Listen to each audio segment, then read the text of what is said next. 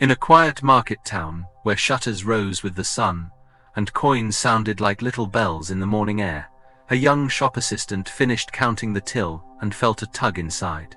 His savings grew, but too slowly to change his life. He worked diligently, 5 years and counting, promoted by steadiness more than luck. On his single day off, he walked beyond the edge of town to find an elder known not for busyness, but for ease, a landowner whose fields seemed to earn while he sat beneath a wide shade tree sipping coffee. The young man bowed, and, with the humility of a student, asked how one makes money work for a person rather than the other way around. The elder smiled, the kind that holds both patience and direction. "First, you need money," he said. "And when you start from small, avoid borrowing for investments. Let savings be your seed." They spoke without hurry, like two people watching clouds. "Second," the elder continued, "resist buying shiny things too soon, phones, cars, even houses if they do not serve your present path. These lose value and steal your attention. Put the early energy toward building income that arrives while you rest." The words were plain, but they landed like a hand placed gently on the shoulder, steadying, clarifying. As noon heat gathered, a bell drifted from a small hillside temple. The young man and the elder followed the sound for shade and water, and there a monk greeted them with tea. The monk's robe, faded from years of sun, carried the simple scent of boiled rice. He listened, then added, "Before money can be a servant, mind must be a clear house. Breathe with the truth of impermanence. Wages, prices, fortunes all rise and fall. When the breath is steady, choices are kinder. When choices are kinder, money follows like a well-trained ox." The elder nodded, amused by how the teaching matched his own practice. The young man, who often clenched his jaw while balancing ledgers, felt his face soften. He noticed how much of his wanting came from fatigue and comparison, not need. They returned to the tree and widened the talk.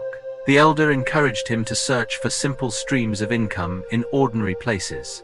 Services neighbors need, small livestock, tools that could be rented, even a modest Wi-Fi line shared across homes. "Look around, not far," he said. "Curiosity is capital." The monk offered a story for the road. "An old woman once asked me if she should buy an expensive kettle. I told her, 'First, boil the ordinary water of your day. If tea comes easily, the kettle will find you. But if the first sip is debt, the tea will taste like worry.'" The young man laughed, surprised by how wisdom could be homely and sharp at once. As they parted, the elder placed 3 small pebbles in the young man's palm. "Keep these in your pocket," he said. "One for saving without loans, one for delaying luxury, one for looking closely at what's already within reach. Each evening, touch them and remember." The monk added a final breath practice. Count 3 slow exhalations before any purchase, then ask, "Who is deciding my calm or my craving?" That night, back in his quiet room above the shop, the young man opened his notebook. On the first page he wrote, "Seed first, shine later, look near." Then, beneath it, he copied his next steps: save from wages, track impulses, list nearby opportunities. The work felt lighter now, as if someone had opened a window. He set the pebbles on his windowsill, 3 moons catching the last of the day. The following week, the young man returned to the elder's tree with a small pouch of coins and a list scribbled on paper. He had begun saving more carefully, delaying the purchase of a new motorbike his friends all seemed eager to show off. The elder studied the list and laughed kindly. "You see how quickly your mind changes when it is not chasing shiny things. Now your savings already look like a little army waiting to march." They walked together toward the edge of the fields, where simple businesses sprouted like young shoots after rain. The elder pointed at a neighbor who shared Wi-Fi with nearby homes, earning a steady trickle each month. He gestured toward another family, raising chickens in a yard no bigger than a kitchen. "Passive income does not always begin with grand palaces," he said. "Sometimes it begins with eggs in a basket, or a wire carrying signals." The young man marveled at these modest beginnings. He had thought wealth required large sums, or rare luck. Yet here, in his own village, small streams flowed into steady rivers. As they passed, the monk from before joined them, walking barefoot and humming a verse. Hearing the talk of coins and chickens, the monk added, "The mind loves to imagine riches like mountains, but it often forgets that mountains are built of stones.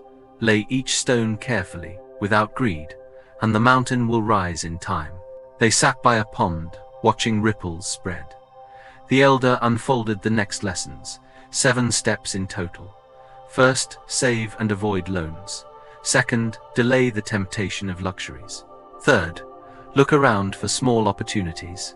Fourth, once you find one, begin, don't wait for a perfect plan.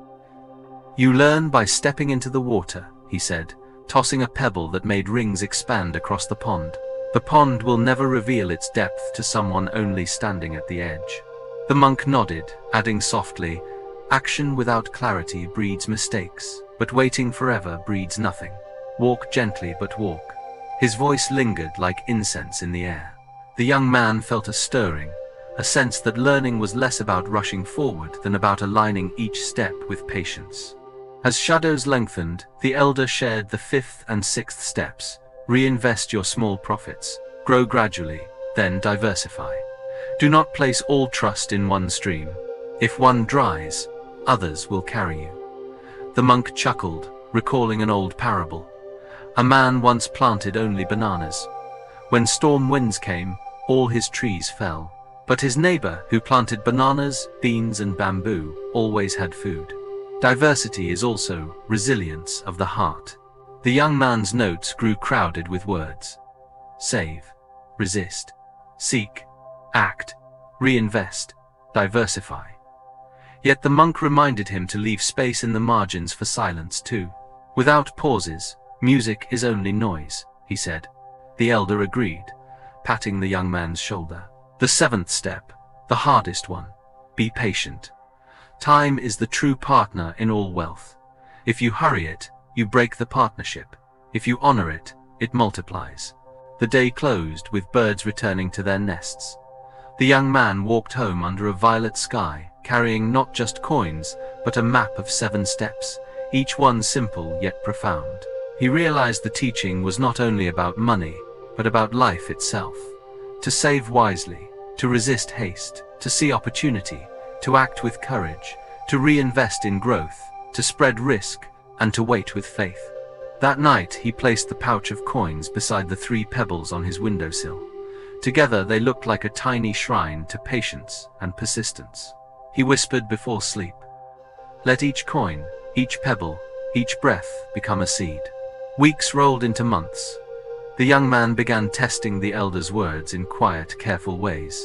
He bought 2 hens, built a small coop with his own hands, and each morning collected eggs with a sense of wonder. What once seemed ordinary now felt like proof that seeds of patience do sprout. On another day, he asked a friend about sharing a low-cost internet line across a cluster of houses, and to his surprise, neighbors were grateful to contribute a small fee.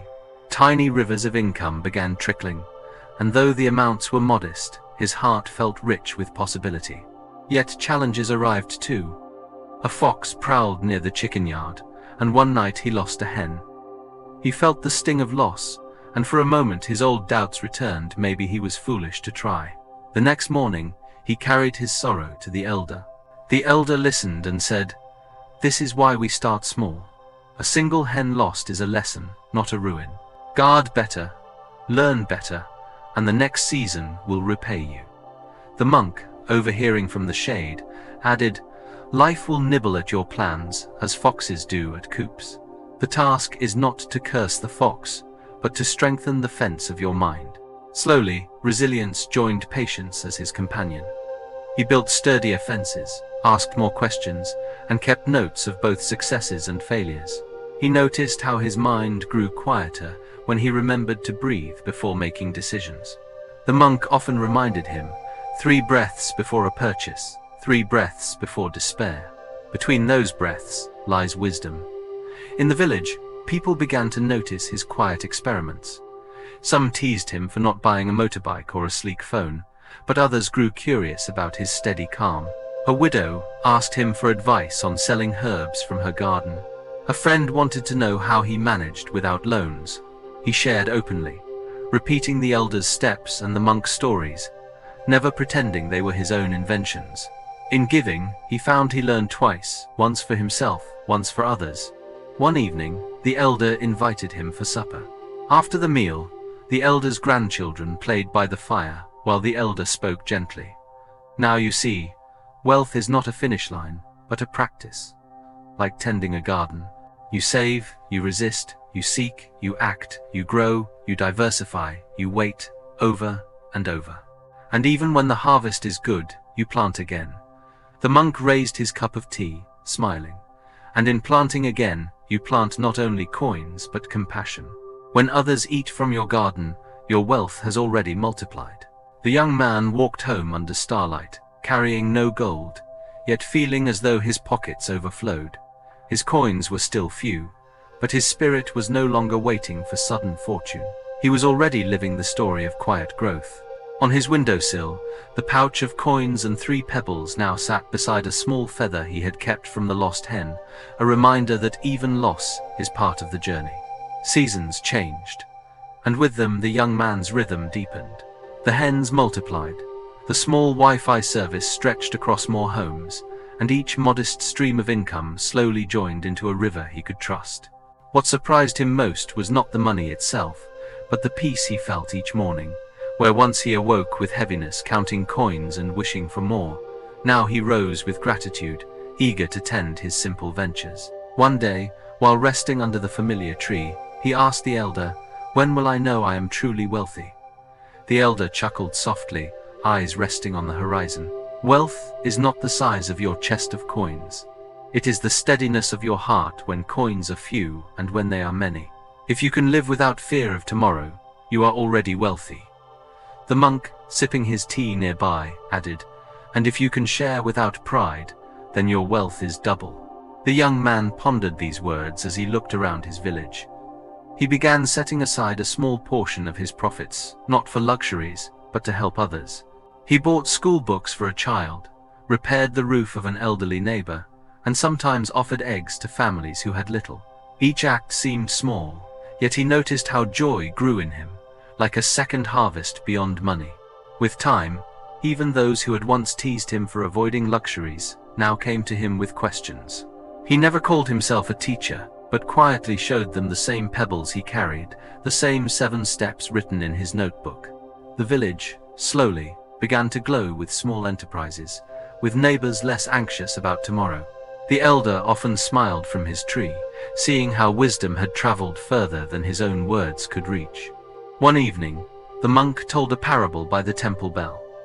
A man asked the Buddha how long it would take to be free of suffering. The Buddha asked, "How long does it take for a tree to bear fruit?" The man answered, "Years, if I care for it daily." The Buddha replied, "Then care for your mind daily, and you will taste freedom in time." Wealth and peace are the same. They grow with steady care. The young man realized then that his journey was never only about coins, hens, or wires. It was about shaping a mind that no longer trembled with envy or fear. His savings and ventures were simply tools, mirrors for his own patience. That night, he lit a small lamp by the window. Beside the 3 pebbles, the pouch of coins, and the feather, he placed a sprig of dried basil from a neighbor's garden he had helped restore. Looking at this little altar of his life, he whispered, "The true wealth is already here." And with that, he lay down, not rich in gold perhaps, but rich in stillness, community, and time.